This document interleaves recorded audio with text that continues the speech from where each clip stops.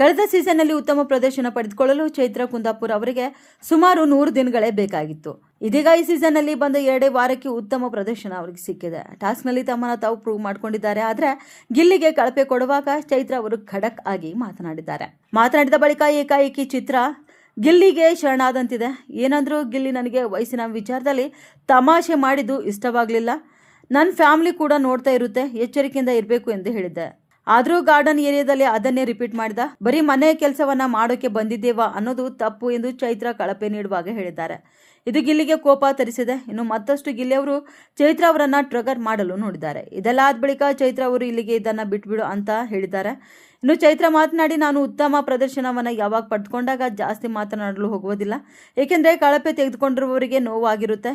ಇನ್ನು ಗಿಲ್ಲಿ ಇದನ್ನ ಇಲ್ಲಿಗೆ ಬಿಟ್ಟು ಹಾಕು, ಈ ಆಕ್ಟಿವಿಟಿ ಇಲ್ಲಿಗೆ ಮುಗಿಯಿತು, ನೀನು ಕೂಡ ತಿದ್ಕೋ, ನಾನು ಕೂಡ ತಿದ್ಕೊಳ್ಳುವೆ. ಇನ್ಮೇಲೆ ನಾನು ಮನೆ ವಿಷಯಕ್ಕೆ ಕಳಪೆ ಪ್ರದರ್ಶನ ಕೊಡುವುದಿಲ್ಲ, ನೀನು ಇಲ್ಲಿಗೆ ಬಿಡಬೇಕು, ನಾನು ಅರ್ಥ ಮಾಡ್ಕೊಳ್ತೇನೆ ಎಂದು ಚೈತ್ರ ಅವರು ಹೇಳಿದ್ದಾರೆ. ಉತ್ತರ ಕರ್ನಾಟಕ ನ್ಯೂಸ್, ಇದು ಕನ್ನಡದ ಉಸಿರು.